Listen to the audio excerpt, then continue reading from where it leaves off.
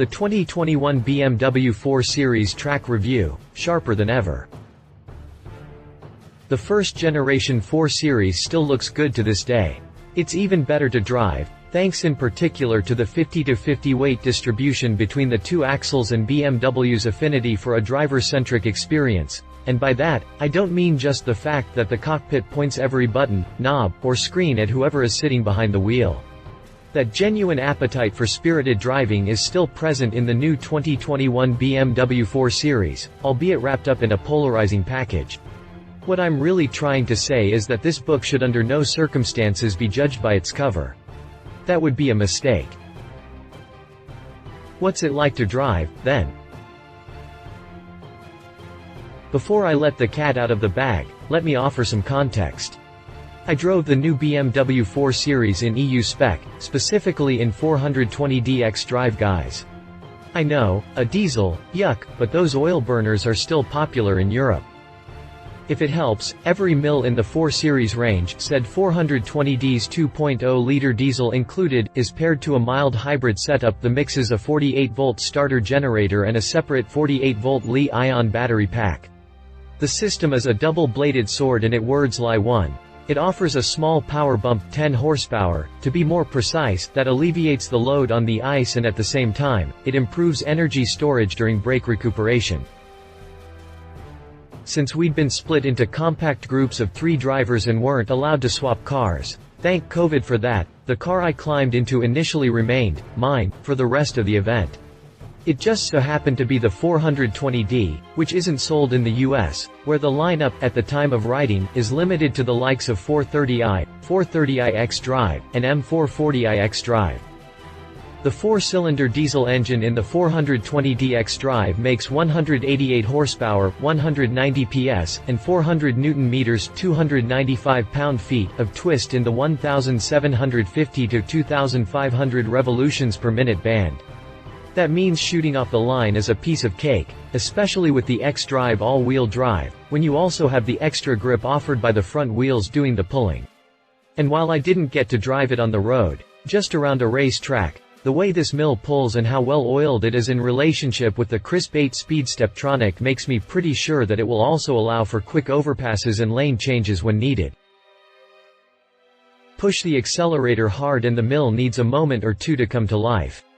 But once the torque kicks in, it just pulls and pulls relentlessly, aided by the slick Steptronic box. Moreover, grip is another impressive trait of the new 4 Series. The previous 4R was already a high-finesse corner carver on rails, and the new one feels even better. There's so much grip that even if you approach a corner the bad way, you'll have that extra invisible layer of glue on the wheels to correct your trajectory and get back in the game. That's down to the extra negative camber BMW added to the front wheels and a center of gravity that's 23 mm lower than in the current 3 Series. The precise steering, too, stands out by sending to the center of your palms just the right amount of feedback. You always know which way the front wheels are headed in and out of a corner. Always. In this respect, the 4R, even as a diesel, acts like a pure BMW sports car.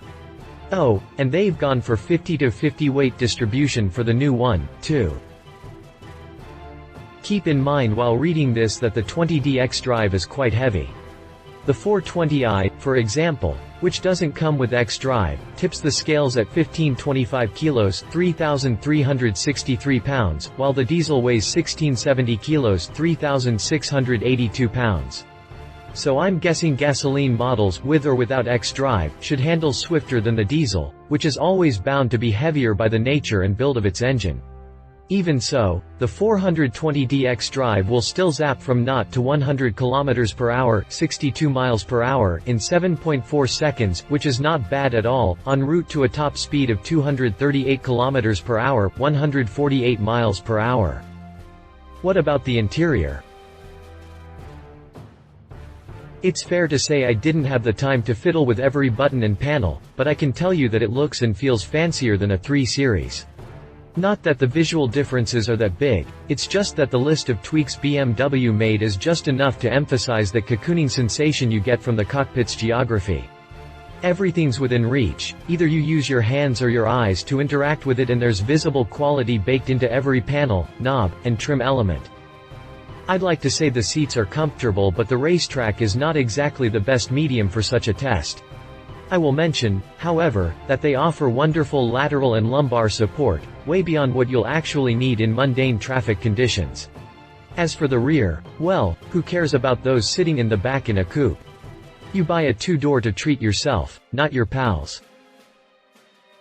Speaking of treating oneself, the 4 Series gets BMW's iDrive 7 suite, available with either an 8.8-inch center touchscreen and a 5.1 color display between the RPM and speed gauges, or, optionally, via the Live Cockpit Professional upgrade, a 10.25-inch center display and a fully digital 12.3-inch instrument cluster. So, yeah, it can be dressed to impress in and out if that's what you want. Final word. I don't know about you, but I consider the 4 Series a core model for BMW. Leaving money-making aside, the 4er isn't a hot seller like the 3 Series or the 5 Series. We're looking at one of the best driving cars in Munich's lineup that can also pull off the premium, luxury stunt as well as the quality one. It's all very clear to me now. In the 4 Series, the emphasis is on driving and the driver, on how well you connect to the car and how well it responds to your input. Sure, you can get your dose of technology and plushness, no doubt about that, but the satisfaction of an excellently balanced vehicle you can actually enjoy driving is such a rare commodity these days that I'd be willing to sacrifice a chunk of comfort just to see more of the 4 Series in every other car out there.